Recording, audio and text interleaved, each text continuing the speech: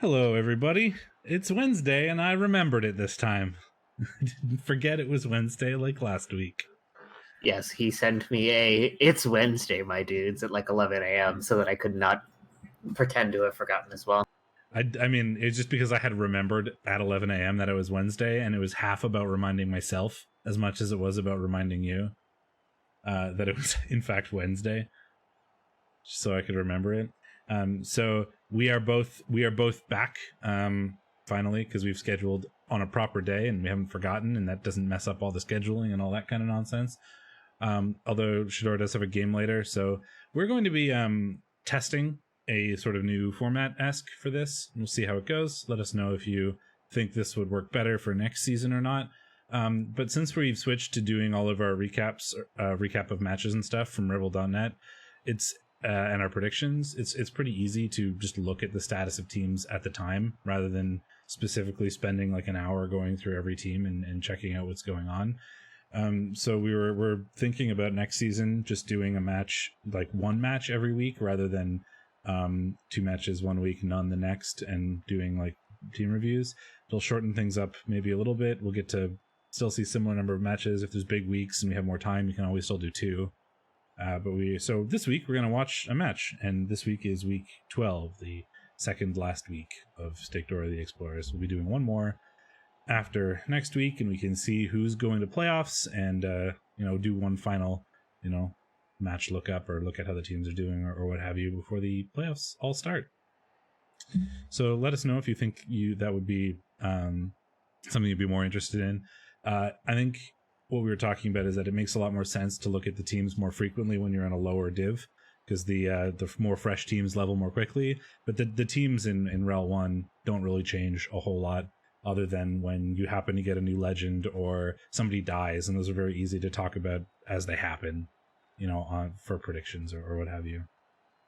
Yeah, exactly, Travel. I agree. And it's just like, it's like we're saying the same shit. Like, I know you all love watching us banter, but we can still bant. It'll just be, we can do bants during the predictions and match review stuff. Truth. Yeah, it's the same thing, right? It's a bit redundant in Div 1, or it's it's more relevant in lower divs when the teams are more fresh and the SPP is easier to, or the levels are easier to come by because the SPP levels are closer together. So we're gonna watch just one match this week.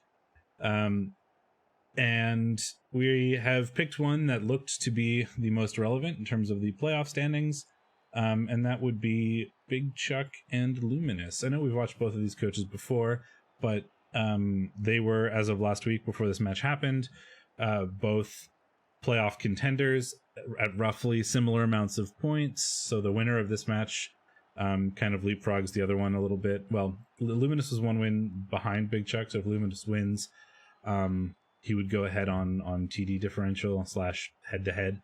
And if Big Chuck wins, that basically secures him a spot in the playoffs. And Luminous needs to win this to have a shot at going to playoffs, so we thought this was a pretty big deal. The other options were in REL 1, and all of those were Nurgle offs. While relevant, they were probably a lot less exciting to look at, frankly. I know I'm part of the problem. It's fine. So we'll pay attention to the ticker, because that's a big one. Mongoose needs to get a win either this week or next week in order to get a playoff spot. It's one of the two that he needs to get. So this is a big match for him. I wonder when that was getting played. So maybe we'll see the results happen during the stream, and we can find out. It'll be exciting. Do you want to go into the game now? I just got a message from Cake, and I would like to just like pause and reflect. I don't know if this is going to impact whether our clan game gets played, but he just messages me and says, "Hoo boy, got some drama over Animal Crossing." What does that even mean? It's like, what? Okay, like over Animal Crossing, as in Animal Crossing is the subject of the drama, or he's like in some sort of weird argument over paying rent with Tom Nook. Like the drama is taking place in Animal Crossing. Tom Nook is like, you haven't paid off your loan. My boys are coming for your kneecaps, that kind of a thing. Yeah. Is it drama taking place in Animal Crossing, or is Animal Crossing the subject of the drama? I need to know. Yeah, I need to know right now. All right, let's do the game. Okay.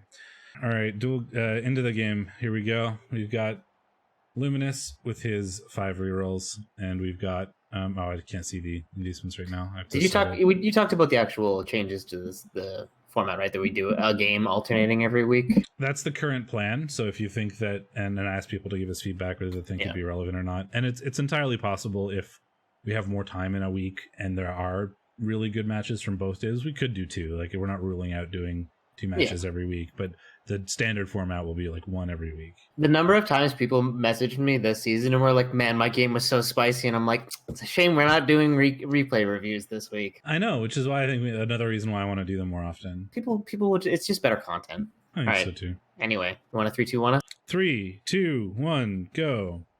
So Luminous has 5 rerolls and a babe. I've got him at 4. Oh, the kickoff hasn't happened yet because it's being dumb. Am I frozen? No. Luminous also playing with, I think 4 Vamps now. Or he had 5 Vamps, didn't he? He did. So he's got 4 and he's got leader, right? He had 5. So maybe one got MNG'd in the week that I wasn't here. I'm not. Because it looks like he's down one of them. He had a Mighty Blow one, I thought. Well, it must have been fired because there are only 4 on his REBBL.net profile. Oops. Cake's response was wife and her friend. Oh, I see. But also, like, that doesn't give me any context, really. No. Also, how do you cause drama in Animal Crossing? Though I did learn that Animal Crossing has a 1 island per Switch console rule. And apparently this is something that all Animal Crossing games have done. And like people were bitching about it online, and a bunch of people were like, that's just how the games always are. And I'm like, that's not really a great excuse for like... In the original one, like, well, not the original one for GameCube, you could have 4 people playing on the same like save file, but it was because the idea was you have a GameCube in your house, not everybody has a Switch. And like, I have a house, and my brother has a house, and my mom has a house, or whatever. So it was designed around that, like multiple people per town. Yeah, I like the option of it. I think like that's a spicy kick. That's how it was for the GameCube one, because that's the only way it worked, right? Like online for GameCube is not really a thing. Like it was, but it was not a common thing.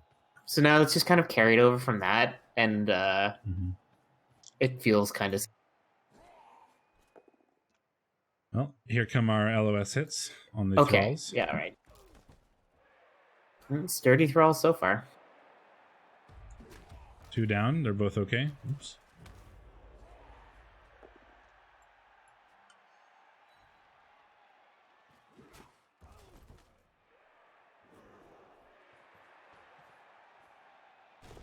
That is some... Wow. 4 blocks, only 1 break and a stun is pretty crazy on 4 Mighty Blow hits. On Armor 7, yeah. On Armor 7, yeah. Well, Lumi will take it. Yeah, I mean, Luminous is not complaining.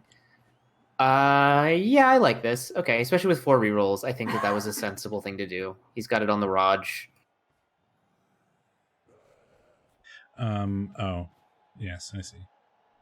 I don't like he left this path open. I think he was probably better off, especially with the 2 movement vamps being on this side. I think he was probably better off keeping the stand firm guy occupied. This right here, moving this stand firm piece up to the corner on Necessary Evil, is a bash coach move, right?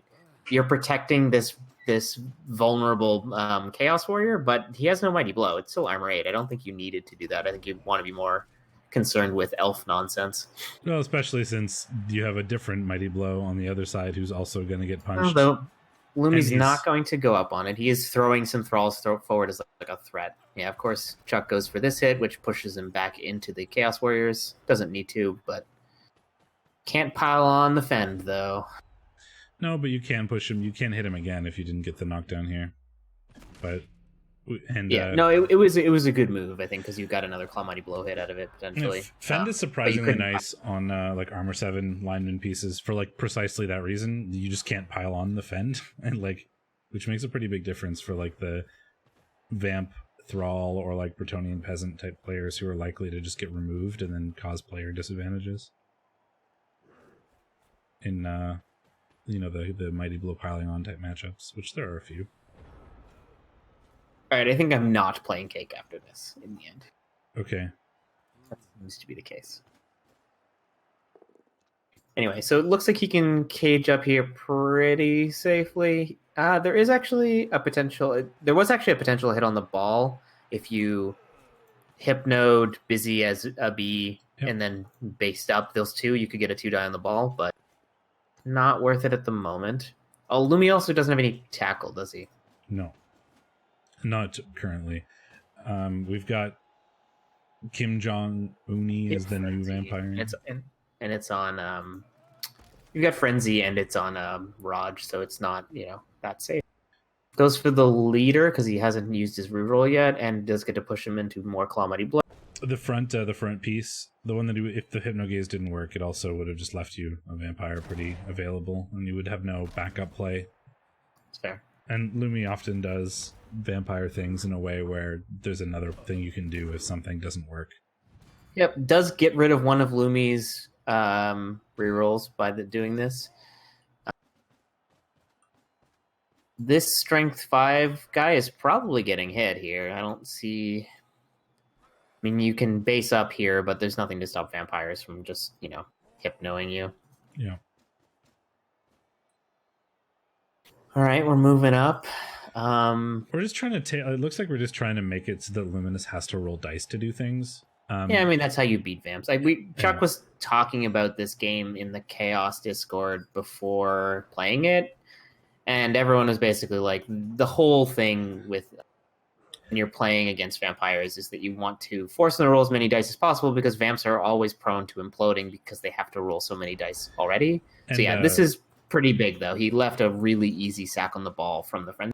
He could have brought here we go. One of these pieces around the front. Oh, failed Bloodlust. Rerolls and gets it, though. Doesn't have a reroll for this hit now. The other thing is, not only are you trying to make the vampires roll dice, but just separating them from the thralls. So Strength 5 wrestles it to the ground. Difference. You're great scatter for the. You're a teeny bit ahead. The wrestle just happened. Sorry. Decent scatter for both teams technically because it's in both teams' tackle zones and it's got these Chaos Warriors in the way, so it's not easy for the Vamps themselves to get involved. Yeah, the Vamps can't really recover that, but the Chaos might have a hard time getting it back under control, and then the Vamps can. Yeah, and there's a Vamp. Dim Sum over here is just getting ready to. Yeah, Pro doing a thing, and then Dim Sum is just getting ready to scoop up the ball and run to space if things go wrong here. Interesting choice to scatter it. A lot of the scatters are bad, I think. I don't know that scattering it was the play. Well, if he wanted to block that Thrall, he had to scatter him. Or scatter the ball is the only place the Thrall could go to. But yeah, because we can No, because this worked out, though, actually, because he can clear the fend piece off. So this is now... Yeah. He's going to have a tackle zone-less pickup. Ooh, nice injury on the utility Thrall, for sure. MNG on... Tackle. The kick.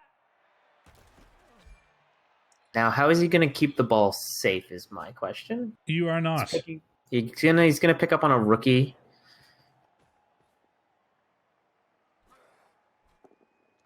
I mean, I think what we do is we block the vampire as well, and then we have if you get a knockdown, they'll pick up. You're ahead. I've paused so much because I was like, "There's the field pickup." All right, I'm paused for a while. All right, so that is negative safe. If you, I was going to say, if you block this vampire and happen to get a removal, or not a removal, but a knockdown. Why didn't he move the guard next to it so at least it was a 1-die? That's what I was going to say, is that if you can free up that guard, you can move him somewhere better. The vamp just catches it. Mine! Super vamp! See you later, sucker!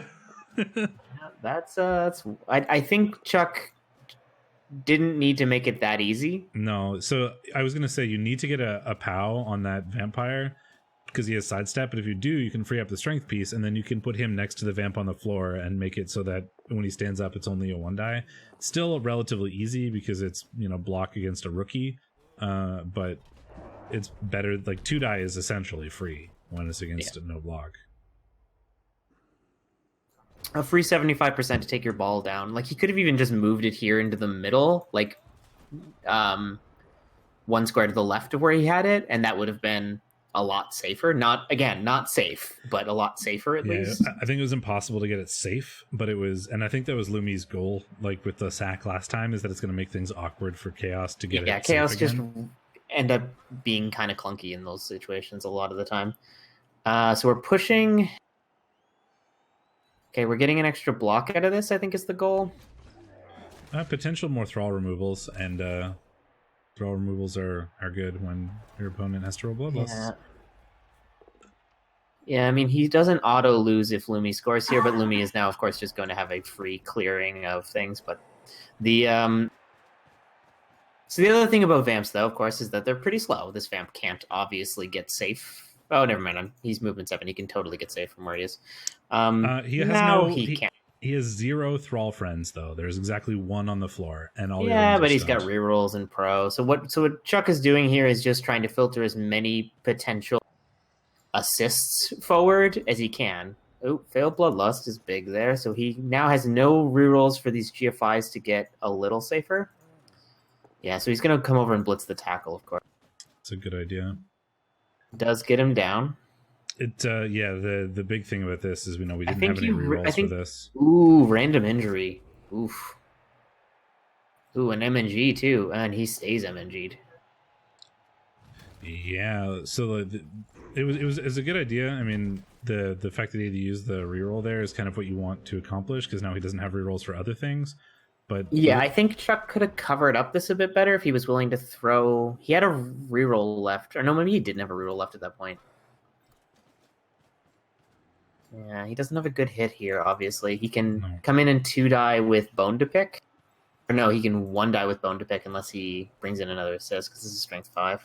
Yeah, but it's a 1-die with Tackle, which is at least a 5+ rather than a 6+. I think you roll the GFIs to make it a 2-die. I think you roll the 2 GFIs, yeah, and he's gonna do it here. And here we go. Gets 1. Gets 2. This is the big deal. Yeah, that'll do it.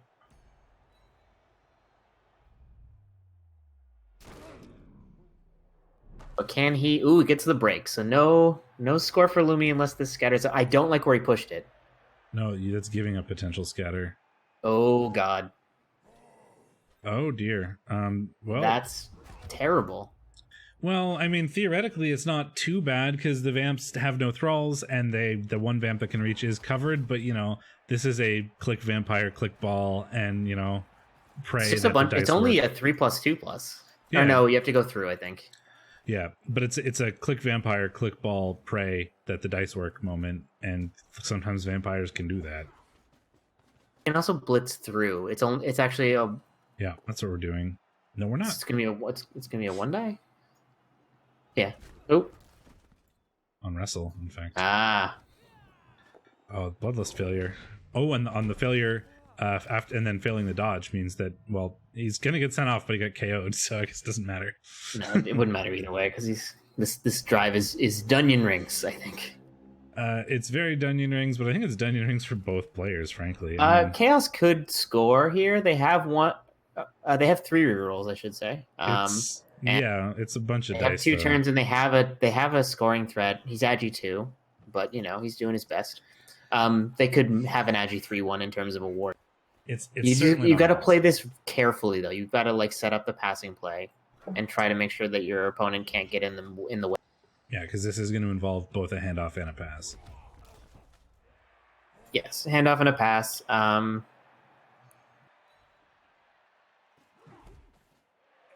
So that Chaos Warrior, where he is about as far as forward as you can go without having to roll GFIs as part of this. Goes through the pickup this turn, which makes a lot of sense. Also pass this turn just to try to get it further forward.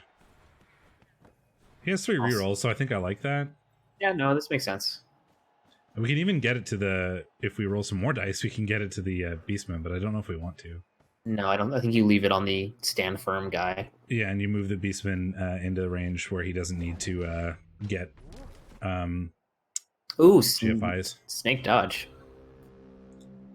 Well, if you're going to snake something, I mean, this one is kind of bad, I guess. Now it is a 4+ to score.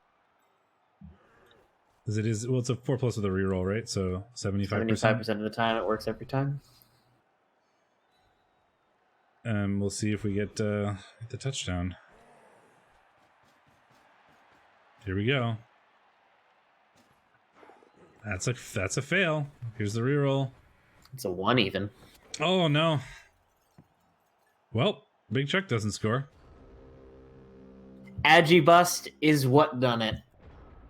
It is, yeah. That would have worked if it wasn't an Agi bust. Yeah. So now Luminous is just going to go for, see if we can get any damage on some random beastmen, and call it there. I guess theoretically he could score, but it's not exactly. I mean, he's already got an injury on the best beast, one of the best beastmen in terms of murdering thralls. And he's going for it. I like this. He's got an enormous bench. Wait, he's going for scoring. He can score. Oh yeah, it involves this. Oh, on 6+ pass. Yeah, it was a 6+ pass.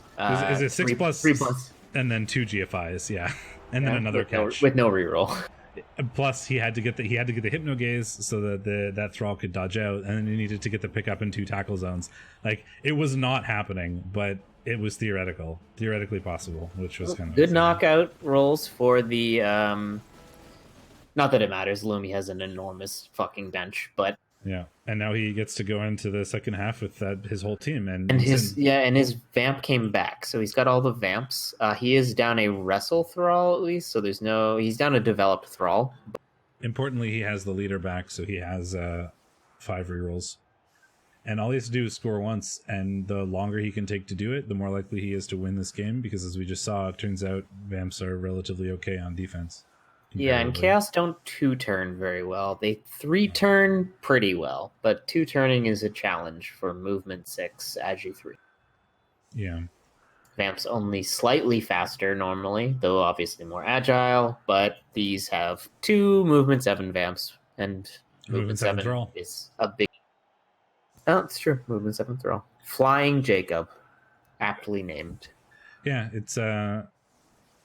Movement 7 is deceptive, feels deceptively faster than 6, and I'm not entirely sure why. It really depends on the context of the team, right? Like, lizards feel blisteringly fast because they're strength 4 movement 6, and that's dumb. The other thing that makes it feel a bit better is that with movement 7, you don't need GFIs to score from the LOS, like in 2 turns, but you do with movement 6, which probably feels a bit... Yeah, and when your team is only half movement 6, say, something like that, you have to throw those, like, your scoring threats also have to contribute to protecting themselves. Yeah. Like you basically you run into a problem where, sure, you technically have scoring threats, but they're really easily blitzable. Oh, yeah, I've had so many games where I was like, technically this is a scoring threat. Like, that's been my... It's like the most potato. Ooh, Pouring Rain will make things a little tough for the Vamps, but not a lot. And it means that he, at some point, he might have to dedicate a reroll to pick up the ball, because it's not a 2+ anymore, but it's not, it's just like a thought he might have to consider rather than anything else. That's true. 7 is also, like, if movement 6 is average, then movement 7 is above average, so that's probably why it feels so much faster. Like, movement 8 compared to movement 7, to me, doesn't feel like that much more speedy. Movement 7 compared to movement 6 feels like night and day, like playing with them. It might be one of those things where, like, you know, just at lower movement levels, 1 extra movement point just feels so much better. There's... Oh, that's 3 both downs and a skull on those 4 dice. A 1 in 81. But he gets the stun. Mea culpa. Justified!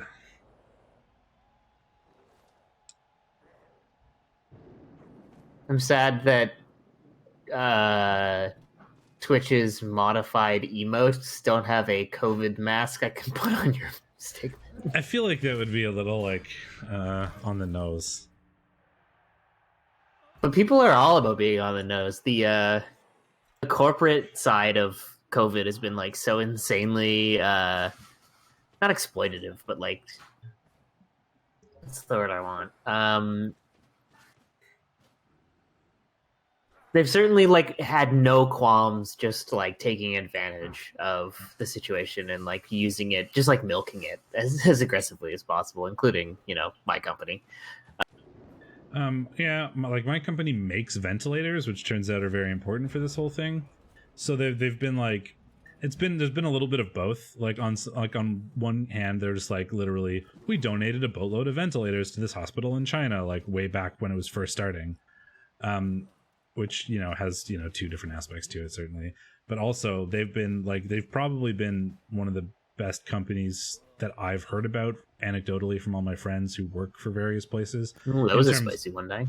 In terms of how they like treat their employees for this whole thing, like super early, they were just like, everyone go home, everyone stay at home, work from home, like everyone. Yeah, I mean, especially because Nova Scotia was. I mean, I guess you're an international company, so there was more going on there. They were like that in San Diego too, like in the U.S. And yeah, but that makes sense. Well, I mean, the U.S.'s response has not been particularly good, frankly. No, I mean, there's a reason they're number one. And my company has been really good comparatively to other U.S. companies. But so on the one hand, that's really nice. On the other hand, they probably were really good because it would look really bad if they weren't, because they're a like medical device company, right? Like, yeah, it's fair. My company was pretty good. They shut down like a few days before Quebec basically mandated it, and also now like Quebec, because Quebec took it so casually early on. Like Quebec now has more cases than any other province in Canada, and like significantly more at that. We're up to eating 170, I think, and all of them but one are directly related to travel, and the only one that's not directly related to travel is a community spread thing. So, like, that's pretty good. Literally only one case from Rip Blitzer. That's disappointing. Yeah, yeah. I mean, Quebec has something like 4,000 cases. We got 179 as of today. You have, let's see. There's 179 as of this afternoon, when I checked.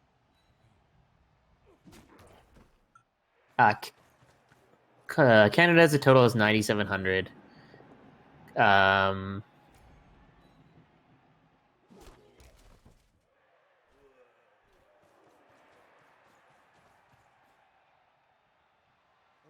Sorry, my push to talk button is also my forward button, and I had annoying things happening. At 9,700, you had 26 new cases today. Yeah, which puts 170 something, I think. Yeah. We had 500 new cases, and we're at 4,611. So we're like half of Canada, yeah. But we're also testing way more than everybody else, especially per capita. So there's that's like obviously a little worrying. Like Quebec has administered 75,000 tests, and Ontario, which is significantly larger, has only done 57,000. So. Oh wow. Yeah, you have 173 cases. Yeah, there you go. And all of them but one are directly linked to like a travel from somewhere where it was. Yeah, I mean, it's still most like there's organic spreading for sure, but like not much going on in Nova Scotia at least. There hasn't been any. There's been one that was like quote community spread, and all the rest of directly related to travel. So, we're doing this because it was the most relevant in terms of playoff standings, and we didn't want to look at teams anymore, frankly. Yes, and also because you need shame. I don't know. And the other ones that are relevant to playoff standings were a Nurgle off or a match where the Nurgle made high elves not exist anymore. So, like, neither of them were particularly interesting to watch. Pro showing its value here for sure. This is the second good pro roll he's got. Well, there's a reason why people suggest taking it on vampires, but not to fourth once you get block and dodge. It's quote a reroll, but dodge and block generally are things. It was interesting. You let him hit your player. That was interesting. And it's interesting in terms of playoff standings. It's relevant. I didn't say interesting. Given how many rerolls and pro players he has, I wouldn't expect bites to be the big thing here. No. Like, look, he's using rerolls every time. Like he's failed lots of bites. He just doesn't have to. He always rerolls them. No, I think the biggest thing of the game for sure was where you put the ball to like give a free 2-die, and then like not moving the guard piece to save that, or also just moving the ball over one square would have made it a little harder. So like that was interesting. Vamp games are always interesting because like it becomes 40 checkers where you're like, all right, he's gonna hypnocase this person, and I've got to think about what I'm gonna do in that case. And especially on the defensive side, because there's a lot of like it's pretty much every turn you have that like quote the wizard turn that some other elves have, because you can like pop open a cage very easily, but to do so you often have to commit your players. So like it's an interesting choice to decide like when do I feel like I can commit all my players to trying to sack the ball in the cage here, and it's kind of an interesting choice. And then I think he made a good call, and it kind of made it chaotic for the chaos the turn afterwards, and then he was able to take advantage of that. Yeah, I mean, yeah, you made one mistake and it cost you the game, but like that's how it always works versus like agi teams. Like Vamps are just rats on hard mode. But Vamps are just rats on hard mode. Like you're always looking for your opponent to either make a mistake or you force a mistake, and when you do, you know, so Vamps have greater opportunity to force mistakes, but also have to roll a billion dice to get there, so they lose more game. And you're also being spoilerific there. The game isn't over, and you were like, yeah, I lost this game because of this, so now we know what happens. Yeah, well, most people are following the standings. I don't think it's really that much of a spoiler. That's fair. It's also true that this position looks like a losing one. That is true, yeah.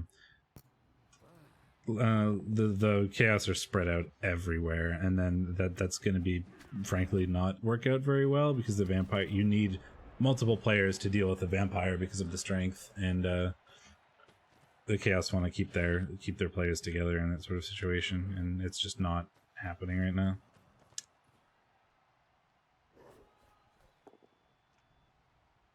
Yeah, I like the way you played the attempted 2-turn. I think it was the right way to do it. I wonder if there was a way to free it up so you guaranteed had an agi 3 handoff. I'd have to go back and look. I think that you might have been able to. I think you like did a kind of greedier hit instead of blitzing with the strength tentacles warrior, which might have been able to get in range without GFIs, but I don't know for sure. I'd have to go back and look. And who wants to do that? That sounds an awful lot like work. We don't do this for work. We do this to make you guys cry. Yeah, and as an excuse to drink whiskey. Ooh, goes for a greed smack on the way by. Just total disrespect. Look at Lumi. What a rude boy. Come on, rude boy. So this is looking pretty safe. The one thing about developed Vamps is once they have the ball, like they're the race I think that can potato the hardest and just like get away with it, especially Lumi's stat freaks. It's just like, what are you gonna do against a Blodge Agi 5 piece? Or Blodge Strength 5 piece. Not that he's got it on that one right now.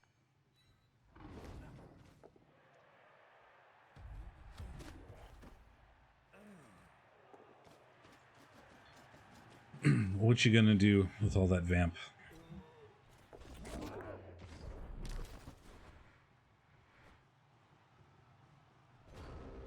Made the tentacles fill the dodge. Who had that bingo square?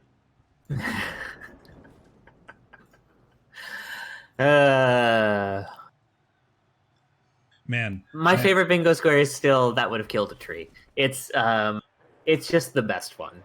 It's really hard to compete with. I love the way the tentacles and Chaos Warriors just drift behind them like this flowy cape. When they run, they just all go rigid and just follow him. It's so like, huh, cape time, and back to tentacles. Like instantly, it just pops back into existence. Look, weird animation. I like the Chaos Dwarf tentacles too because they come into their beard. I'm really, speaking of like, bingo squares and playoff memes. I'm real excited. We're a week away from getting into that, and that first week is going to be A, super fun, and B, nightmarish, because people never schedule games on Saturdays. And we have the Cripple Cup on Saturday, so there's going to be like a scramble looking for people trying to cast. Can I tell you what I'm playing for Cripple Cup? Ogres. Can I tell you? Yes. 6 ogres. Let's do it. It's practice for if I bomb out of playoffs, assuming I make them with the rats. And like my team implodes, I might do like a meme season with ogres. It's like 6 reroll or 6 ogres no reroll at least to start. So it'll be a good like first ogre game is in the Cripple Cup. Whenever I reroll, I'm totally doing a meme season of stunties of some kind. And there you go. The score for Luminous makes that 1-0, which we'll see what happens to the standings because of that. But the spoilers, it means that he is. I mean, tied, the game is theoretically not over. Do you expect the Chaos to do turn? I mean, they can, That's technically speaking. We're going to watch, but it was already spoiled ahead of time, so I don't feel like it's. Yeah, that's fair. But Big Chuck doesn't have responsibility. You do. That's fair.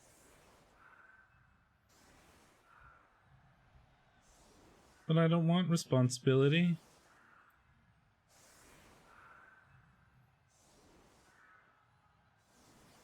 But we get to do. Oh man, I'm really excited for playoffs. It's so fun.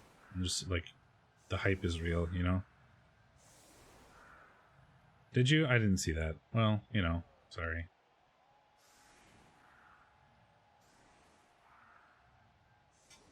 I mean, you may have, but also, that's not how this works.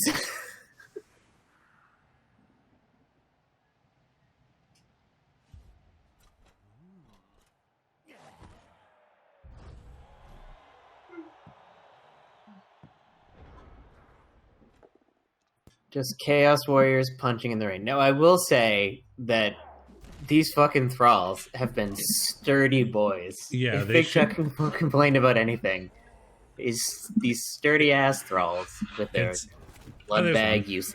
Yeah, you got one, but yeah, like 4 like Mighty Blow hits on armor 7 on turn 1, getting nothing, and then only getting 1 with another 4 now is yeah, quite a thing.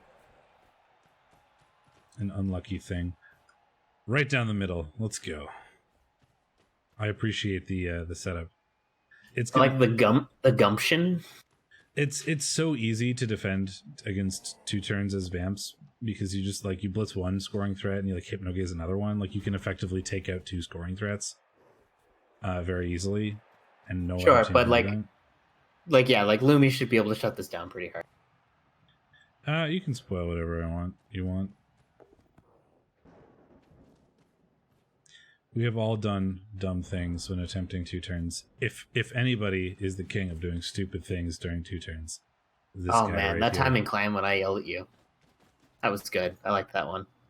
I've done so many stupid 2 turns. Like I'm an absolute moron. So I don't think you can. So I don't know how you can do a dumb because I don't know how you're supposed to score here. I mean, as Ben just described.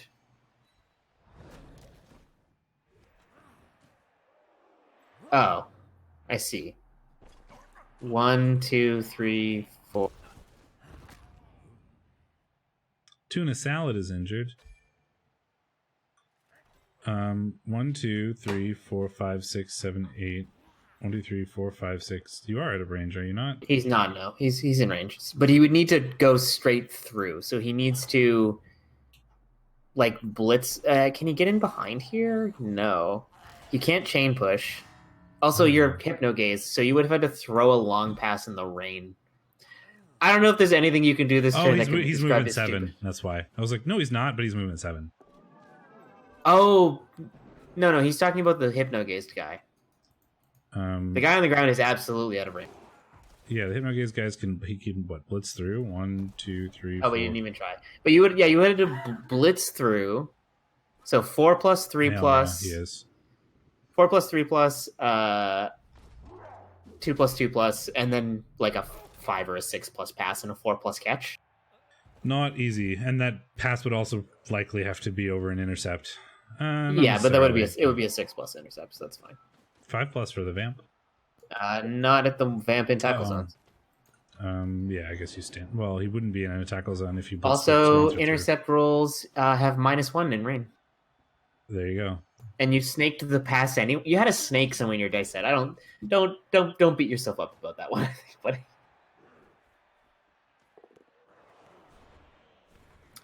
Beat yourself up about the time you put your ball next to someone who got a free 2 die.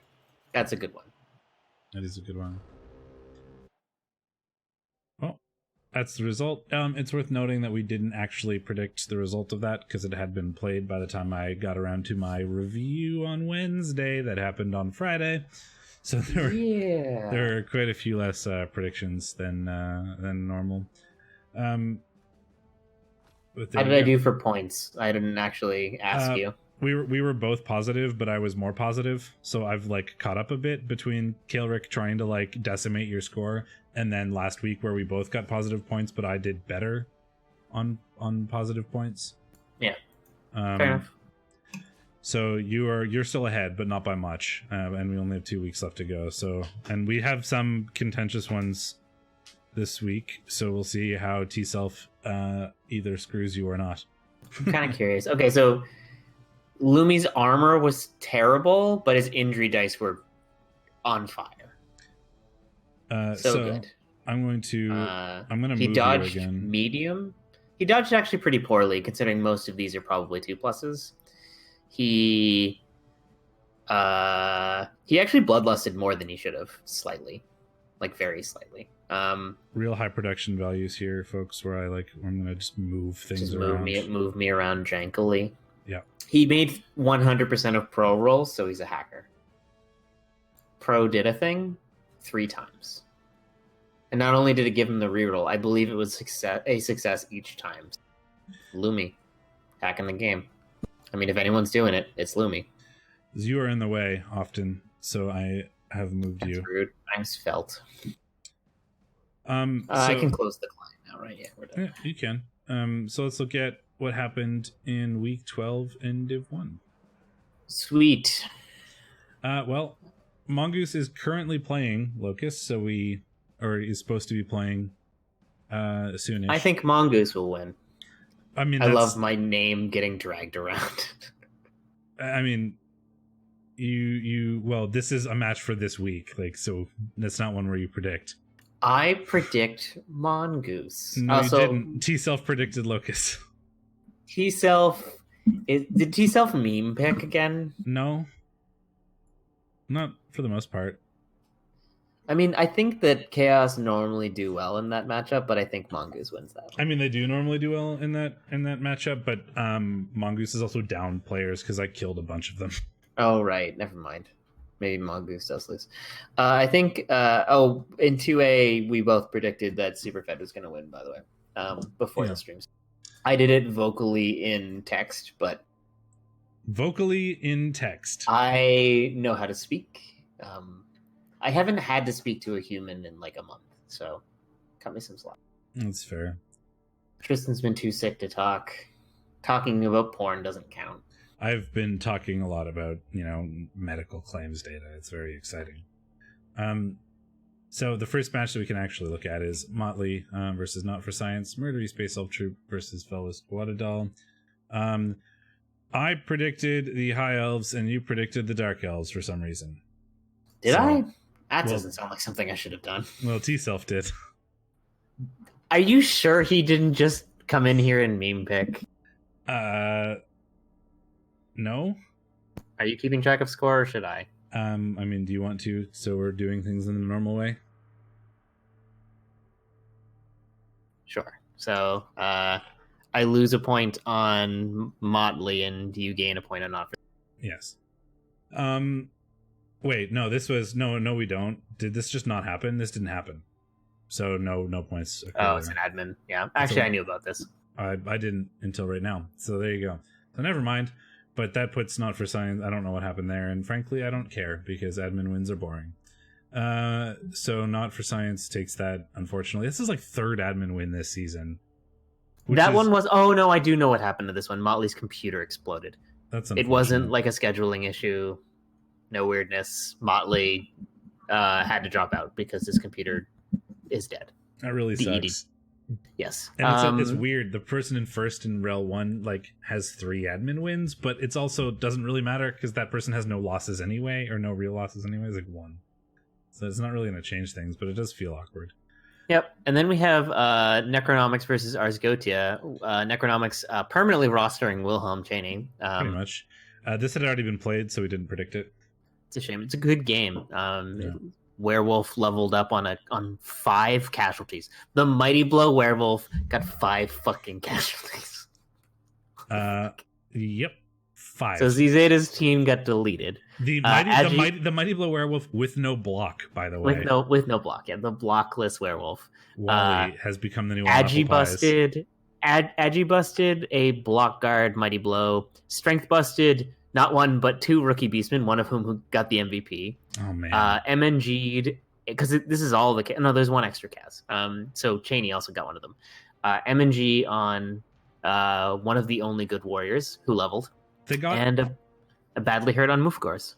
So Horny Cricket's team broke armor 11 times and got 7 Kaz and a KO off of it.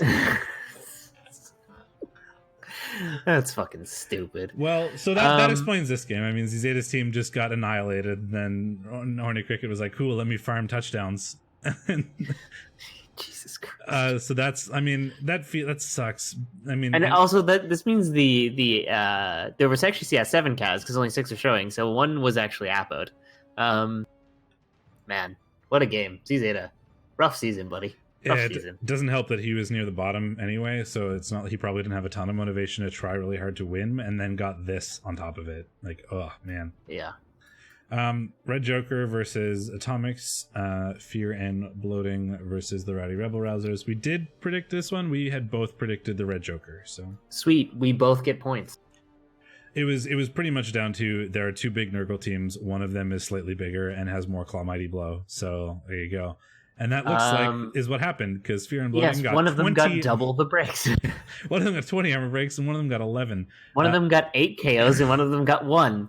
One of them got 7 casualties and one of them got 1. Oh my god. Wait, he got 20 breaks and he got 15 removals. Fuck. This is not a good week. Look at the rotters. Just badly hurt, dead, MNG, badly hurt, dead, and MNG. Just like this suite of crosses. It looks like a World War II. I'm man. Cemetery. Jesus.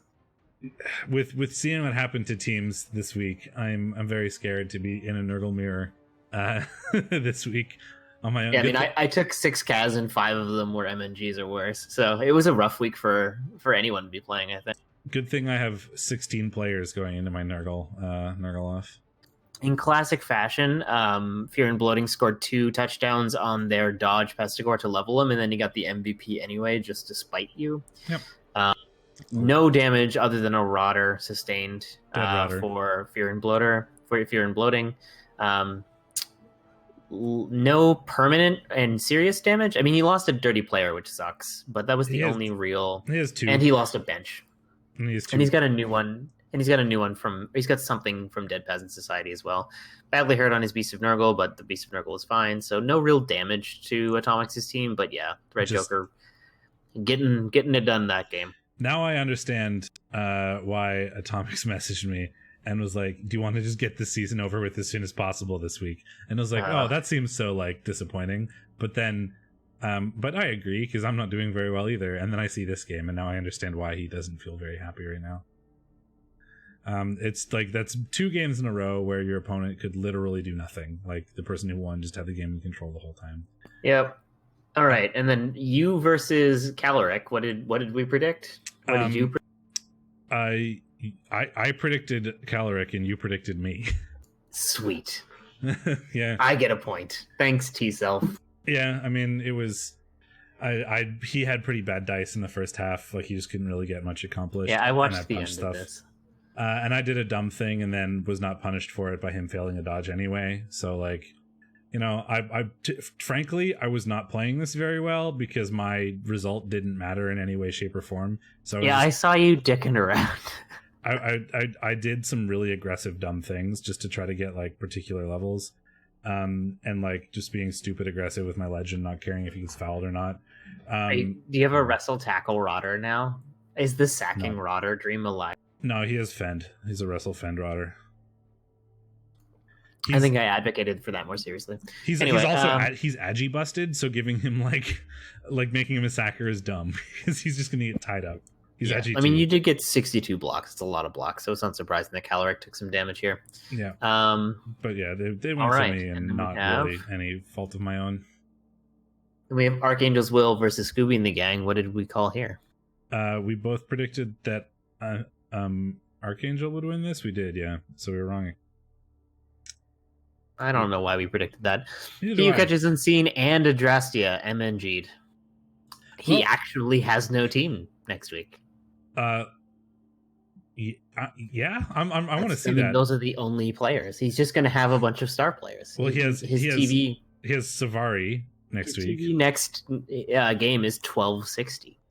Yeah, he has Savari because he's got 510k in MNGs on 2 players. So he's got Savari, Yanari, Fulgrim, and Amaldel. So he's got a lineman, two linemen, one of them being Savari, a blodge step catcher, and a catcher.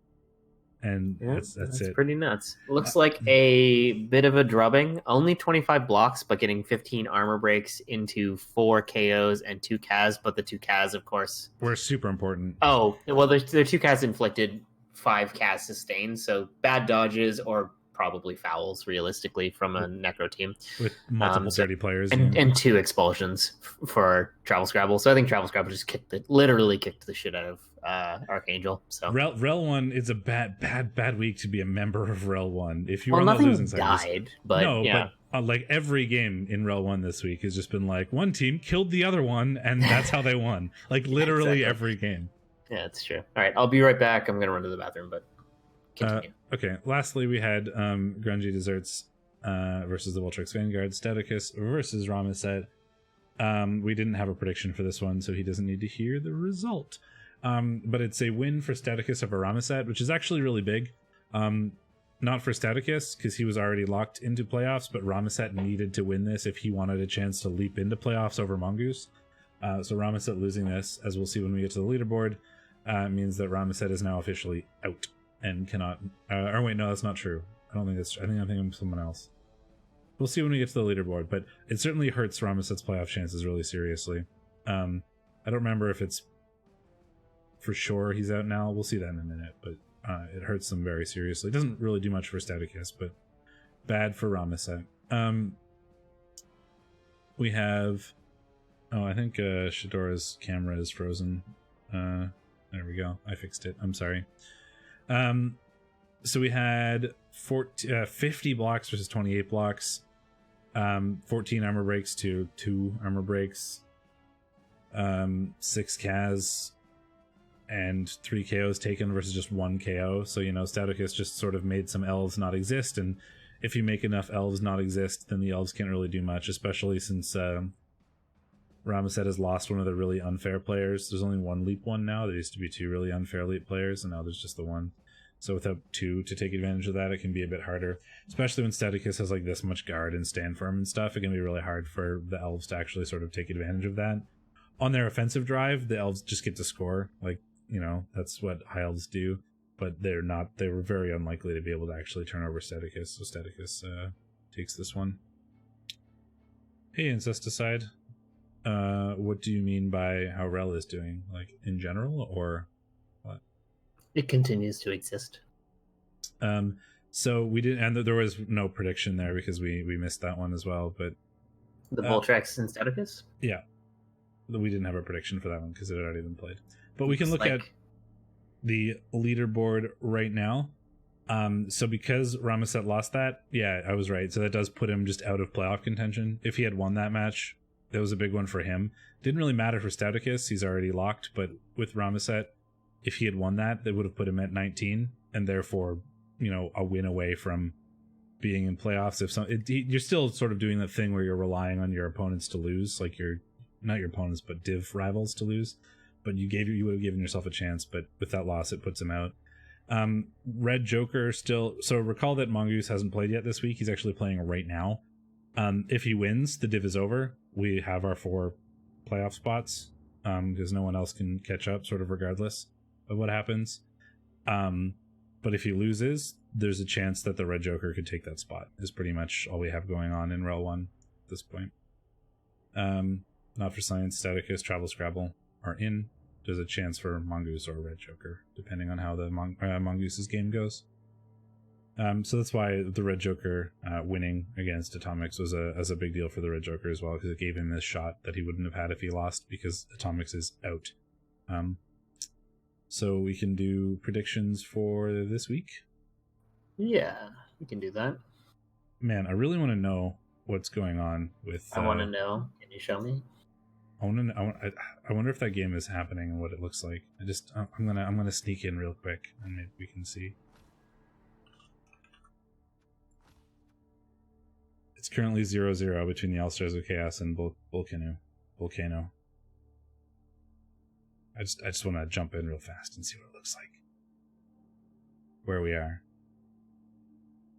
You're just curious? Pretty much. It is turn 4. And there's a dead hobgoblin and an injured bull centaur, so things are not looking good. That sounds like it's going pretty poorly. So things might be favorable for I don't know. I think Locust should probably just give up and soft concede. It means things that are potentially favorable for the Red Joker to make the playoffs, because there's a chance that Volcano doesn't take this. I kind of want to just leave the sound on in the background, but that's going to be really distracting, so I'll back out of that for now. Maybe we'll come back to it if we finish other things. Sure. Shall we go to Div 2A? Well, we have to do predictions. No, let's just go to Div 2A. That sounds boring. It's really hard to predict Mongoose versus the Voltrex Vanguard when Mongoose's game hasn't happened yet. But it's going to be 16-20 High Elves versus, who knows, Chaos Dwarves. But they're Chaos Dwarves versus High Elves. It's so hard to predict. Because we don't know what's happening with Mongoose's team. I'll just take Mongoose, I guess, because he's going to have a whole lot of motivation to win that if he doesn't win the game he's in right now. And that's about it. I don't know how I have a good way of predicting this when we don't know what the team actually looks like. Yeah, that's fair. I think Chorfs do pretty poorly against Agi a lot of the time. I don't know. Yeah, I'll believe in the power of motivation. It's hard to say because right now the Voltrex Vanguard get a wizard, which is I pick High Elves, but we don't know with a dead hobgoblin and an injured bull centaur if that's actually going to be true. Grungy Desserts versus Archangel's Will. I'm going to take Grungy Desserts because Archangel has no team for this one. Like literally. Yeah, but he can get the entire suite of elf star players. He has 1,100 TV and inducements. It's amazing. I can't. Like, we're gonna watch this game, right? There's no way that's not going to be a fun game to watch.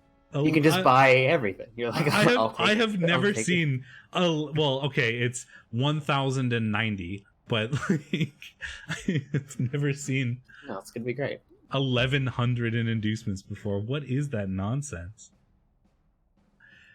Well, Archangel has 2 players MNG'd, which are 500 and some TV combined. So that's like he's going from 1,700 to 1,200 on 2 players. But they're very good players. It's he who catches Unseen and Adrastia, which are a big portion of his team. So not having those means this is a Savari, 2 catchers, and a bunch of loners. And all of the star players in the universe. The good news for him is he definitely will have a bench because he can take as many loner lineups as he wants. Yeah, no, it's going to be fascinating. Rerolls are not going to really be useful, but... Well, we could take a chef and then just try to steal him from Stouticus. I think that's the opposite of what I was getting at, but I would rather be the Nurgle coach in this situation, even if there are a million inducements for Archangel. It can be hard to take advantage of them when you don't have players to do stuff, and none of your players are reliable because they're all loners. Right? Like you just mark up any elf all the time forever, and there's nothing they can do about it. And it means they have to start every turn with dodging away loners to accomplish anything. Yeah, I think Grungy Desserts is going to win this, but it's going to be amazing, and I want to watch it.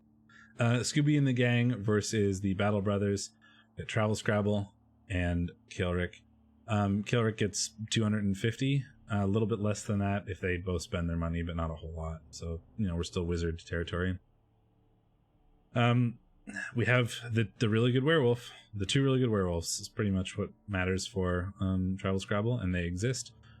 We will have all 4 blitzers for Kilrick. So we have those options there. The strength 5 blocker is actually really annoying, as I found out in my game versus him. Yeah, I mean, of course, the strength 5 wrestle guard piece is annoying. I don't know in what world that wouldn't be true. It's more annoying than I expected it to be. I expected it to be annoying, but it was way annoying. I mean, if any team has a relatively okay chance at beating Travel Scrabble and that crazy Agi Wolf, it's also Agi high movement pieces that can keep up with it and, punish it and punch it and get in the way. The thing that I'm worried about is all the other players, right? Like if this comes down to blitzers versus werewolves, that's a thing, but the peasants are peasants and they're not going to be incredibly useful. Zombies are slightly more useful with fouling and whatnot. There are 2 good werewolves, the flesh golem, the white. I think Killer can win this, but I think Travel Scrabble will win this.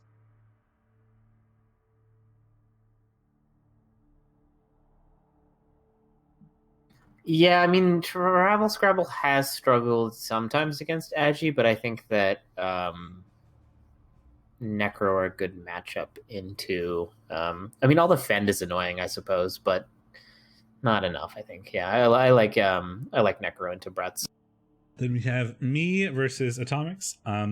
I pick Atomex over me because it is the bigger Nurgle team, and it's a team. Every time this happens, you win anyway because you just dice them. So it's not going to happen. What are your powers? Well, so the thing is here, he has 3 Claw Mighty Blow, and I have 1 because my legend is MNG'd. The Strength 2 Beast is MNG'd for this game because he's an idiot that just refuses to accomplish anything. And he's got more guard.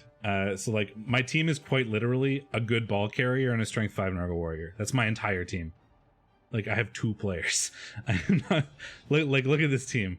I have a massive Rotter bench, which is going to be useful in keeping my good players alive. I've got a ball carrier, and I've got this Nurgle Warrior, and everyone else is a moron. What am I supposed to do? I predict him. This is not really a good team. No, I mean, I also predict him. I just thought you might pull out some nonsense. I will probably fire Rotter and buy another Pestigore so that I have 3 for this game, and also I leveled Gangrene 2 to get Wrestle, so I can start trying to get other Pestigore levels as well. So I'll probably buy I do like that you picked Wrestle and not Mighty Blow to replace your Strength 2 Blitzer. Yep. There's a keep on keeping on, Steakmittens. The Red Joker versus Necro. This is an interesting one. As Horny Cricket can continue his tear through REL 1. I can't not pick Horny Cricket after what he did to a bigger Nurgle team last game with all those inducements. He's just been I'm down 500 TV. I'm gonna win 3-0 anyway. The last several weeks. I can't not pick Horny Cricket, frankly. Although the Red Joker needs to win this if he wants to go to playoffs. So that's a very serious game for him. So this will be a tight one as well.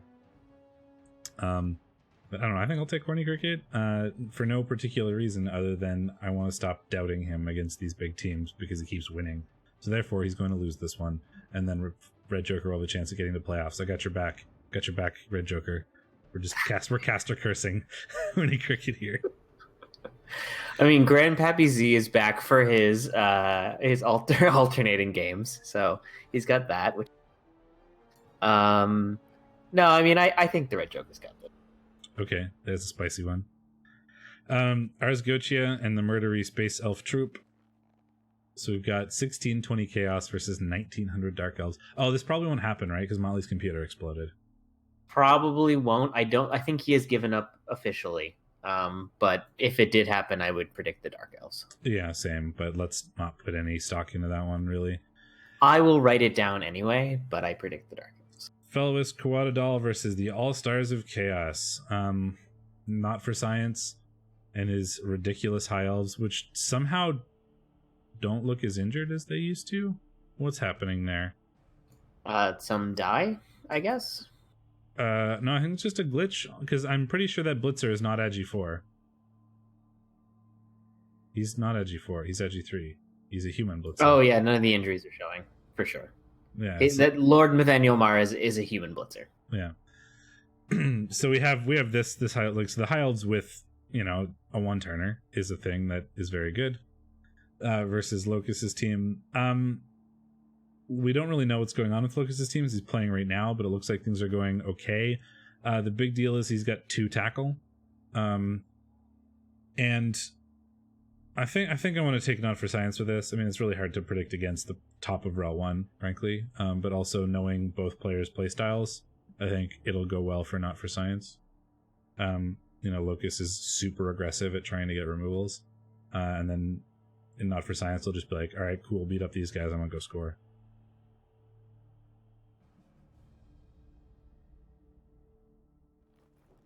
How about you? Yeah. Yeah, I mean, I just think the High Elves are going to win. Okay. I don't need to look at this that much.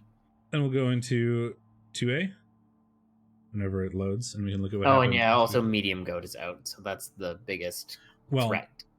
He's playing right now. Oh, right, he's playing right now. He's not actually out.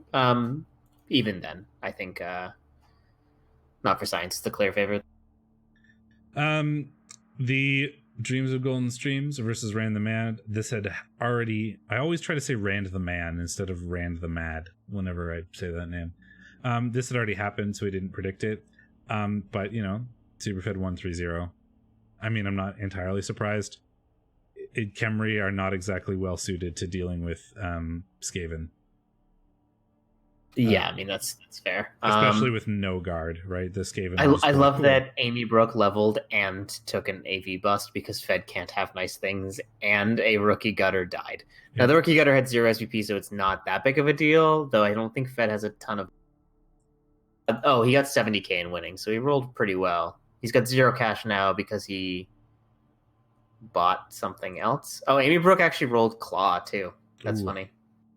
He took Fez Glitch again. Fez Glitch getting some value. Fez Glitch is also super cheap whenever Super Fed's at home because he has the Knuffles altar. So Fez Glitch is like 10 or 20k or something. So he's a lot of... Even if he doesn't do much, he's a lot of value. Proxy Page getting 2 Kaz and an MVP, inching towards Legend. Praying for that double, finally. Looks like a pretty good game for the Rats. Yeah, I mean, when there's surfing to playoffs on a pile of rat corpses, but that's just how things... When there isn't really any guard for the KHemri, it's not terribly difficult for the Rats to put the ball on the floor, and once the ball's on the floor, then the KHemri just have a hard time, right? Yeah, KHemri will often just defeat themselves against Rats. If you knock the ball down, if you knock the ball carrier down, you've just stolen 2 turns from the KHemri team, frankly. Whether you pick it up and leave or not, you've just like wasted 2 turns on average, so...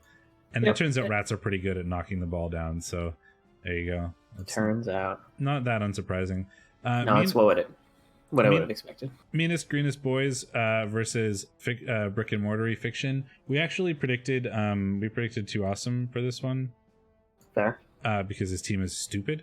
And we were just like, cool, big guard lineup versus slightly less guard. You know, on average, probably goes to the guard. Fiction won at 2-0. 52 blocks versus 47. They punched each other into the earth, but Fiction got more armor breaks out of it, and much more, yeah, and more removals. So that certainly can swing things, especially if they happened early. It's very easy to snowball with guard heavy punchy teams. So it looks it looks like, I mean, on the 7 breaks, 2 Awesome did get 2 Kaz, which is nice. One of them's a dead Black Orc blocker as well. Yeah. He's a rookie, though. It was a rookie, so whatever. But a rough game on both sides, though. He did level a Blitzer, probably to get tackle, so he's going to have a nice elf killer. It looks like he induced a guard Blitzer as well, which I think was a good choice in this matchup. Just getting another guard. True, yeah, for sure. Good choice there. So yeah, working out for Fiction. Yeah, I'm not surprised. And that's pretty big for Fiction's playoff chances as well, too, because 2 Awesome and Fiction were very similar in terms of standings on the leaderboard, and now Fiction has kind of vaulted him and is in a playoff position, as we saw. Or as we will see, I should say. We had Spoony Bard and Spoopy Mulder We have a prediction here? We did. We predicted elves, and we were right. Because we had, dark elves with a pretty serious amount of guard and blodge step and annoying players, versus a team with one skink and not very many, and one tackle on a Saurus. We just figured blodge and sidestep and stuff would be too much for the lizards. Yeah, I mean, dark elves are usually a tough matchup for the lizards. They don't stack Mighty Blow, which is the bane of dark elves' existence. Like a Mighty Blow spam team. Like, one Mighty Blow blitz a turn is not likely to implode a team of Armor 8 over the course of the game. Lizards aren't often going to have more than one Mighty Blow hit, maybe two if the Crocs is involved. And the Mighty Blow isn't even on the tackle. So this is a terrible, terrible matchup for the Lizards. And also Jet is a crazy good skink hunter. Though he just got niggled, or was already niggled, I think. No, he got niggled in this game, yeah. Oof, that's rough. And the Lizard suffered a dead skink, but he was a loner, so who cares? Badly hurt skink, but he was a loner, so who cares? And they did get a touchdown. It went to a rookie skink who also got the MVP, so he gets a level, which is not irrelevant, right? He only had one skink with levels, so now having two gives you a second option. He induced a Blocksaurus, which is kind of interesting. It makes sense. If you can't get Slibbly, inducing a Blocksaurus is probably a pretty good idea if you don't have your full complement, which he did not. So I think that was probably a smart idea. Maybe Tackle might have been better, but I don't know. Just because you have zero, you might, and you're going to 1-9 at some point, but with all the dodge in your opponent's team, at some point you're going to be like, I guess it's equivalent because. No, I would go block. Yeah, I agree with his choice to go a Blocksaurus there. Yeah, I agree. I was kind of thinking out loud, but I think Blocksaurus makes a lot of sense. Yeah, so not that many armor breaks, ton of blocks, but not many results out of it, and that's probably because not a lot of them were actually knockdowns at the end of the day. And then we have the game we watched, which we will skip, but what did we predict there? Nothing, because it already happened. Right. And then we have Yayo versus Duberman, a 2-2 tie. Nurgle scoring twice. Yeah, I predicted the Nurgle, I predicted the High Elves and you predicted the Nurgle, and we tied, so. Seems fair. Strength bust on one of the guard rotters, so now he's and then there was only one. So he had three guard rotters. Yeah, 3 guard rotters to start the season, and now he's only got one. But that was inevitable, and they have carried him to some nice Nurgle warrior development, so they did their job. Badly hurt on his ball carrier is quite a blow. Obviously, it's only sure hands against a team that does not have strip ball, but does have, the ability to take advantage of any failed pickups. He leveled a Pestigore too, which is a big deal. Not having a sacker, yeah. Well, having a rookie Pestigore, you kind of need them, but they suck, right? Yes, they do suck really hard. But you need them because you need them to be leveled to do well as Nurgle. 59 blocks versus. They're what? Horns. They're basically like Horns regen human linemen. Yeah, and they're expensive. I mean, every Nurgle player other than the Rotter is expensive. That's true. So we got 15 armor breaks out of 59 blocks, which resulted in 3 KOs and 4 Kaz taken by Doomerman. One of them was Eldril Sidewinder, so check off your Eldril Sideliner bingo square, because he got badly hurt and went out. MVP on the Loner really sucks for Doomerman. That's unfortunate. Badly hurt on one of the guard pieces, which is actually super relevant as well, because 3 guard on an elf team is pretty serious for doing something to this Nurgle team. But we didn't get maybe they came too little what am I trying to say? They probably allowed Yayo to make it to get 2 touchdowns, like those particular Kazas, but it may have been too late after Duberman already scored, or maybe Duberman could have scored afterwards. Depends on the order of the game, but yeah, up 2-2. Exactly. And then 3-1 for Steer versus Jimmy Burrito. What did we call here? Nothing, because it already happened. There's only 3 matches that hadn't happened in 2A by the time we got to Friday. Helmet was induced. Again. I don't know if he did anything. I'm kind of surprised by this. Steer literally doesn't have a team. How did he 3-1 Yep. So he got a lot of blocks. He got a lot of breaks. He inflicted the expected amount of damage given his breaks. He sustained a lot of damage. He sustained 4 casualties from blocks, 5 breaks, and 4 of them were casualties. Wow. Half of them on Saurus, and he won 3-1. That's sprints. Well, where did the touchdowns come from? A sidestep skink, a sprint skink, and a regular skink. I was gonna say, if they all came on the sprint skink, maybe we were just like, getting 2 turns out the ass. But like, I mean, we probably were, but I don't really know how this happened.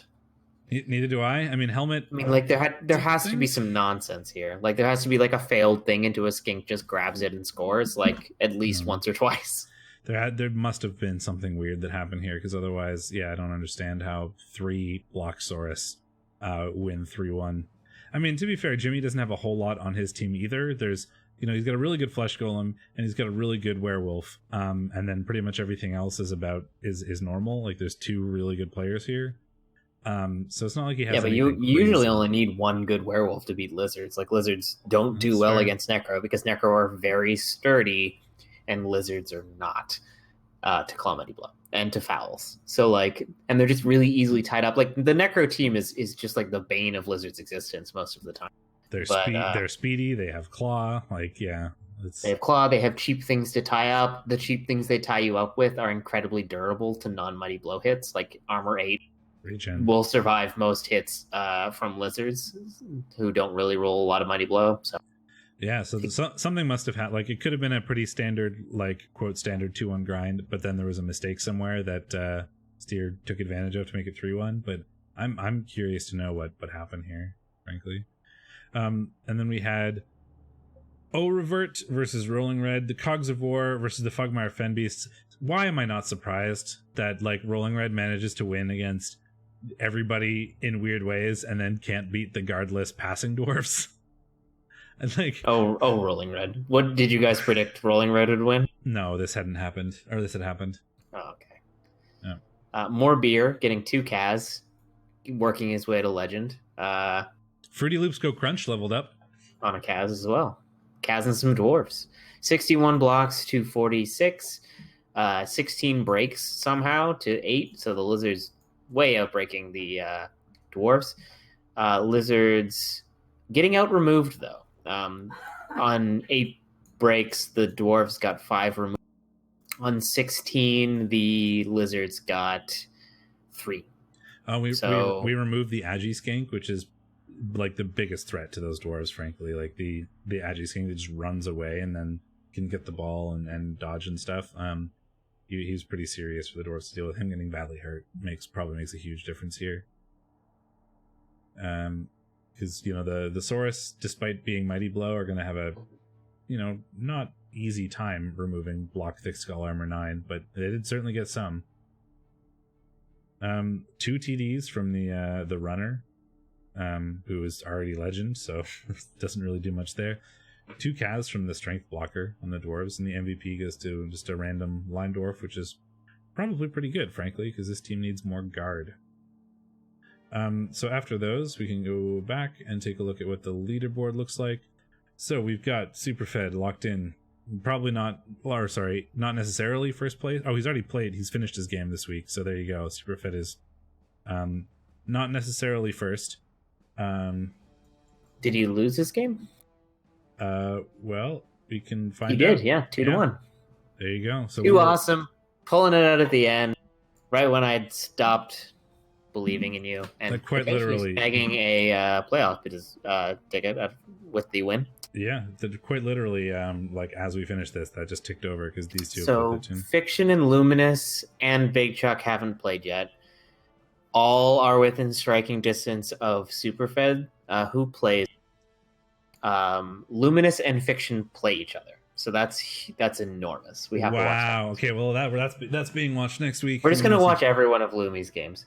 Fed does have you on TD differential, so you tying him doesn't matter, but it could push out other people, and you could get in based on that. So if Luminous wins, he goes to tying Superfed. He can't beat Superfed's absurd TD differential 13. What the fuck? Fiction can pass Fed, Okay. So Superfed, like, so the only Superfed is going to playoffs. The only way he doesn't go to playoffs is if Big Chuck. Does Big Chuck play him this week? Is that what we just said? Big Chuck plays Steer, so no. Okay, no. So Superfed needs to lose. Fed has already played his game this week. Right. So yeah, Fed is going unless Fed is locked. I'm almost certain. No. Well, if Big Chuck wins by like 8 touchdowns, like if he wins 8-0, he would, Yeah, but then he. Oh, because there's no way to push Fed out of first, second, third. If Luminous wins Luminous is playing Too Awesome, right? So Luminous is playing Fiction. You have none of the stats right. Well, there's only 3 spots, and there's more than and so Too Awesome. You would need Big Chuck and one of Luminous 2 coaches to be better than Superfed. Yes, and that can happen. Or no, 3 coaches to be better than Superfed. It's okay. It's possible, but it requires. No, I don't think it is because 2 of them are playing each other. Okay, and so Too Awesome has already played. Oh right, yeah, I forgot that. So there's literally only 3 coaches left to play, and 2 of them are playing each other. So they can't. 3 of them can't be better than him because that's not how math works. I wasn't thinking that Too Awesome had played already, even though we had just talked about that. So yeah, no, it's not possible. Superfed is going. I was wondering if Too Awesome had locked a spot because of this. That's the question now. So yeah, Fiction and Luminous are playing, so only one of them can go above Too Awesome. But Big Chuck one of them could tie though. If they tie, no, because then Luminous wouldn't pass it. And Big Chuck could pass them as well with a win. So Too Awesome is not locked. So so Too Awesome is not, because if either Fiction or Lumi winning or tying, actually. So basically, if Big Chuck wins, he pushes Too Awesome out, I think. So this all So this all comes down to Big Chuck's game and then the Fiction Luminous game. The Fiction Luminous game doesn't really matter too much to Too Awesome because one of them is going to win it likely. But it matters for Fiction and Luminous because one of those 2 will be able to grab that last spot. So we've got Superfed and then some combination of Too Awesome, Fiction, Luminous, and Big Chuck are playoff coaches here. So Big Chuck's matters a lot, and Fiction and Luminous, like, playing each other matters for them because they could switch spots, but it doesn't really matter for anyone else. So everybody's going to be watching Big Chuck this week, I think. There you go. It's exciting. So speaking of those matches, shall we go take a look at them and predict them, or do you want to? We could peek in at Mongoose's game real quick if we wanted to see how that's going. You want a status update? Sure. I think I might go look for a status update. Just real quick. So, I don't know how spooky the section of Subnautica that Tristan is playing is, but she's kind of like set back in her chair, like she's like worried something's gonna jump. It's great. I don't know where Emily is, but I imagine she's probably playing Animal Crossing just in a different room in the house. Just in a closet somewhere with a cat on her head. So it is 1-0 for Locust, and we're just starting the second drive now. Chaos are totally clean. How is the Chorf looking? Dead Hobgoblin, badly hurt Bull Centaur, and a badly hurt Chorf blocker with Claw Palm. So that looks like a Chaos win to me. It does to me too. So we'll check back in. I might watch the rest of that once we're done here, but you have no pressure to stick around. So Meanest Greenest Boys versus Superfed. We did predict Superfed before this game started, like just in chat. We'll lose a point next week. Yeah, but so make sure we write that down that we predicted Superfed so that we don't forget that we had done that. So do write down that we predicted Superfed. Then we have Rand the Mad versus Spoopy Mulder. We have, man, both of those names are really hard for me for some reason, because I always want to say Rand the Man, and Spoopy Mulder's name is not Spoopy Mulder, it's Pris Brinchley. People tell me I have a bad read on this, but I think this is in a developed team, I think this is a bad matchup for Lizards. So it's 1700 KHemri versus 1660 Lizards, so the inducements are basically irrelevant. Now, I don't think it's a bad matchup for Lizards when the Tomb Guardians have no levels, but I think most of the time, developed Tomb Guardians are really annoying for Lizards to deal with because they're strong and they have guard. And Lizards are also strong and have guard, but they're less strong. yeah, suddenly, and you don't want to really commit your skinks to being blocking assists a lot of the time if you don't have to, in case that block fails. They're going to get 3-died by a Tomb Guardian very easily. So you're now committing like 2 Saurus to get a 1-die or 3 Saurus to get a 2-die on a Tomb Guardian, and that's a lot of resources committed when Saurus are so valuable to lizards, and there are 4 Tomb Guardians. So I can see why that would be annoying, certainly for the lizard point of view. So the Blitzra, there are 2 good Blitzras, or decent Blitzras, and one in particular is great for hunting skinks. Yep. But given Spoopy's development and the skinks he has, I can't see the lizards not winning this. Well, I mean, I can see it, but I feel like the lizards win it most of the time. The only thing that I would be worried about is that 2 of the Saurus are rookies, and there's 3 guard. But if the KHemri had a bit more Tomb Guardian development, I'd probably want to take KHemri. But since there's only the 1, I think I'll agree with you and go lizards here. So here's the big one: Fiction and Luminous. 1790 Orcs versus 1690 Vamps. So the Vamps are going to get 100k. 1, 2, 3, 4, 5, 6, 7, 8. So the Orcs have 13 players. Rookie Black Orc, rookie Blitzer. I think this is a really tough game for Vamps a lot of the time. Orcs are just great at killing thralls, and he's already down 2. So he's got 1, 2, 3, 4, 5, 6, 7, 8, 9, 10, 11, 12, 13. So it's only, I think you just said that, but well, I said it for Fiction, but it's also true for Luminous. But it matters a lot less for Fiction. Luminous is going. I would even consider 4 vampires, and one of them is a rookie.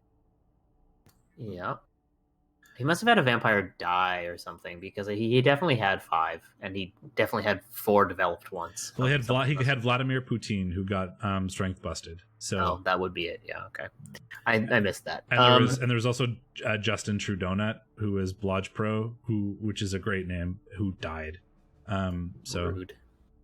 But yeah, so we're going into this one with 4 Vamps. One of them is a rookie, so it's pretty unreliable. So it's kind of, the battle of 3 players versus a massive amount of guard and orc strength. I like Orcs for this one. I think like these Orcs aren't as mighty blow spammy as a lot of them. There's only 2 mighty blow, 3 counting the troll.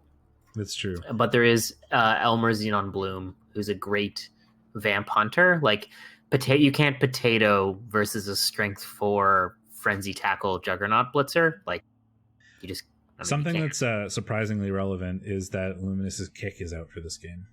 That is quite relevant, yeah. So, and if Lumi had all 4 like super vamps, I would be a lot more inclined to take Luminous, but he only has 3 of them because one of them is just a rookie. So Lumi's gonna get 100k unless Fiction drops a bench. I suspect he would scum a wizard given his money and how important this game is to him. Yeah. Lumi only makes playoffs if he wins, right? I'm pretty sure that's the case. Yes, because he's in CC right now. Yeah, and if they tie, it won't do it because Fiction will have him on touchdown differential. I mean, also he would be tying Fiction, so Fiction would gain a point as well. Yeah, that's fair. Yeah. So then it would be then Chuck could push them out if he wins. I think Chuck is praying for a tie. Yeah, so this is really Luminous, I think Fiction wins most of the time, but I want Luminous to win. So do I, really. And just because I want to see Lumi's vampires in playoffs, frankly. But because vampires in playoffs are fun, as we saw with the great Random Boy run where he made like top 8 or something. That was fun. That was really fun. But yeah, I think Fiction probably has this one. We have Spoony Bard and Yayo Dark Elves versus Ye Old Guard. So we've got 1510 Dark Elves versus 1940 Nurgle. Yeah, I guess you have to win either way, Chuck. That's fair. So what they do doesn't matter. The big thing about this is that Jet, the Strength 4 Blitzer, and the double plus movement Witch Elf are both out for this game against the Nurgle. So that those are like 2 of the most annoying pieces that those Nurgle have to deal with. I mean, there's 3 annoying blitzers, and that's basically the whole team. and one of them is Niggled. So I don't know if you get to come in here saying big choke after losing, Fed. Learn to wizard better.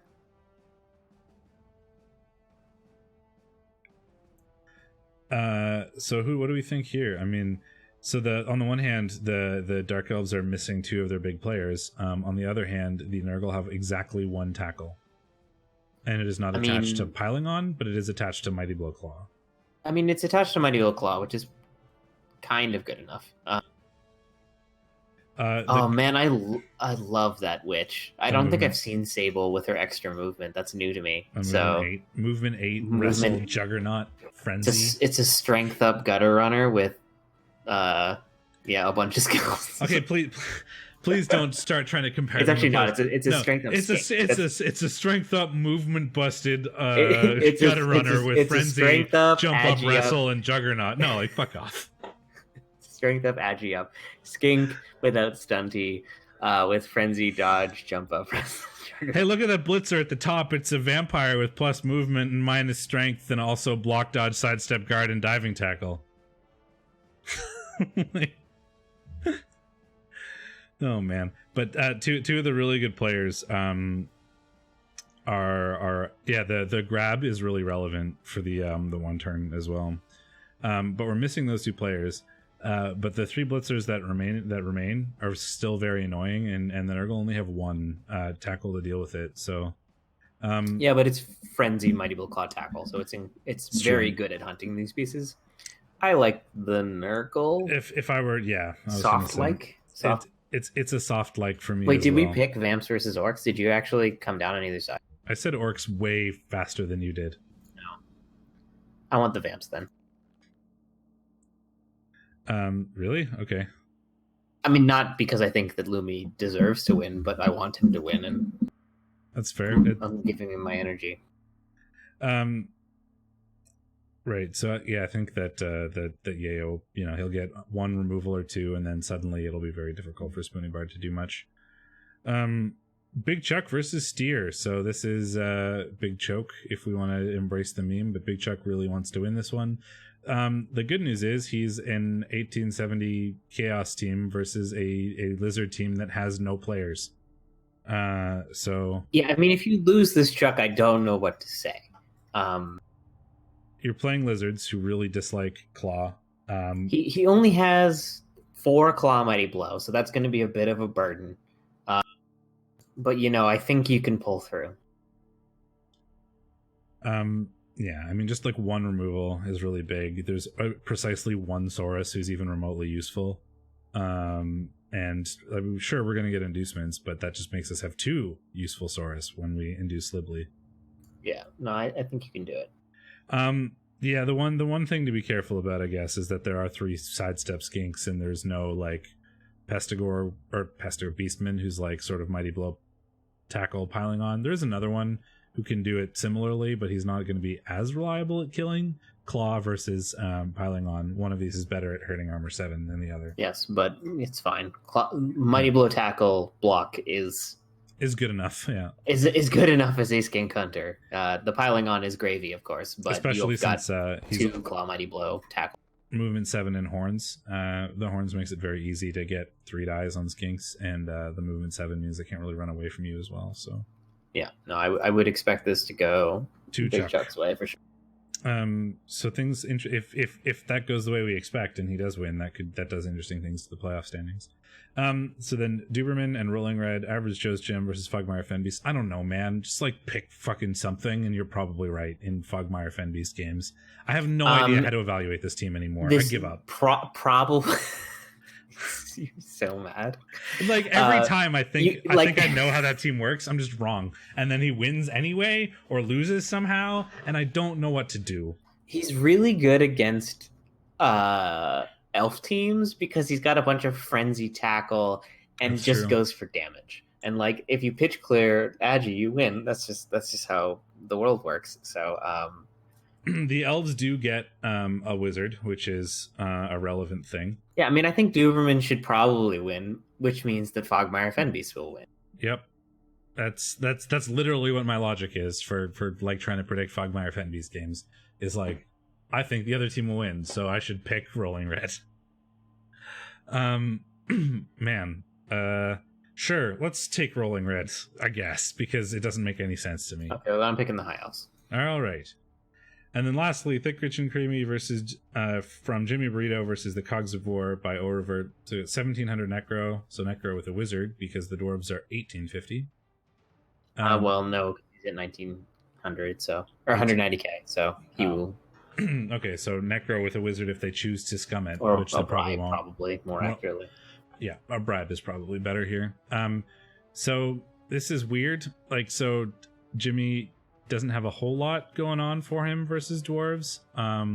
We've got the one. He's got a lot of niggles kicking around. Dwarves really do love niggles. Yeah, especially on the zombies who aren't really going to be able to get away from the longbeards. Havarti Mixie Farty is like less relevant when his mighty blow, diving tackle, and dodge are all pretty irrelevant versus dwarves. The werewolf is the one really good piece that Jimmy has going on for him this game, along with the dirty players. If you induce a bribe, longbeards dislike that when you foul them. And Cogs of War are better than they were earlier. They actually have 3 guard now, but there's a niggle and a runner. There's a movement 4 troll slayer. It's I think I probably want to take the dwarves for this one. Just the guard. There's Jimmy has 1 relevant, 2 if you include the dirty player, relevant player against these dwarves, and I think the dwarves are gonna have fun with those niggles. Frankly, the dwarves aren't gonna be doing anything spectacular, but sort of slowly grinding up the pitch and trying to remove zombies will work. And then the offense is not going to be particularly amazing for the Necro, I think. I don't know. This one's weird. It is weird. It's very weird, but for the purposes of picking something, I'm just gonna pick the Necro. You pick the. I did. So that's that. So we said, I'm going to go back to this page for one quick sec. So we said that Big Chuck is likely to win that. So if he does, I puts him at 26, and then in playoffs behind Superfed, and then Too Awesome would be in 3rd. So it depends on what Too Awesome then does, or Too Awesome just played. Sorry, Too Awesome would be in 3rd, and then it all depends on whether Fiction or Fiction, Luminous win or tie. No, so I don't think that if Big Chuck wins, there's no way Too Awesome is in playoffs, because a tie, either one of them winning passes Too Awesome and bumps him out. Oh, because a tie puts Fiction above him, so Too Awesome needs Big Chuck.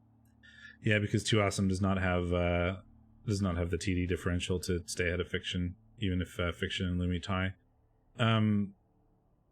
And then if Lumi wins, he goes ahead of Too Awesome. Yeah, so Too Awesome is super invested in Big Chuck's game. He really wants him to lose. All right. So let's bring up the title screen. Thanks, everybody, for hanging out. I hope you enjoyed it. Let us know if you think that doing this sort of format versus the other way will be better for next season, because we're probably going to experiment with that. 1 more week to go. We will take a look at our predictions from this week. Obviously, there'll be no predictions to watch, but we'll probably watch a game from the divisions and then see who's going to playoffs and take a look at the teams that are going to playoffs in particular and just see what they look like before we go into it. Feel free to PM either me or Shadorra with your plans for next season so that we can comment on whether you're re-rolling or staying or what have you. You don't have to, but we can comment. We can't comment on if we don't know. Yeah, it's nice to say to tell people what you plan on doing with the team. So we will mention that if you let us know. And that'll be it for us for this season. So we get to do the sad, tearful goodbye next week, and I hope you guys enjoyed the season from us. I know I had a good time. I hope you liked us doing this. And we'll be back certainly for playoff casting. There'll be some from us. Absolutely. There'll be some from me. Definitely. And in 2 weeks we get to start casting playoffs. I'm very, well, a week and a half, I guess. I'm very, very excited. I hope everybody is also excited. I think it'll be a really good time. Playoffs is super hype. So that has been us for this week. Thanks everybody for hanging out. We will see you next time. And until then, I've been Steakmittens. And I'm Shadorra. I know how cues work. I'm paying attention. See you later, folks.